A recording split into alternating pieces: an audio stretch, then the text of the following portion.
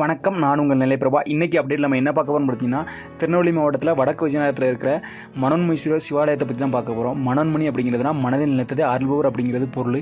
அதாவது என்னென்னா, பார்வதி தேவி 1008 தாமரை மலர்களால் சிவபெருமானை வழிபட்டதாகவும், அந்த 1008 தாமரை மலரை தான் நம்ம பூமியில் 1008 சிவ திருத்தலங்களாகவும் அவதரித்ததாகவும் கூறப்படுகிறது. அதில் 74வது திருத்தலம் தான் இந்த மனோன்மணீஸ்வரர் ஆலயம். சரிங்களா? இங்கே ஒரு முக்கியமான விஷயம் என்னென்னு பார்த்தீங்கன்னா, பௌர்ணமி வழிபாடு தான். பௌர்ணமி அன்னைக்கு காலையிலேருந்து மாலை வரைக்கும் இங்கே சிறப்பு அன்னதானம் நடைபெறுகிறது. அந்த அன்னதானத்தில் நீங்களும் பங்கெடுத்துக்கிட்டு உங்களால் முடிஞ்ச பண உதவியை நீங்கள் இங்கே செய்யலாங்க.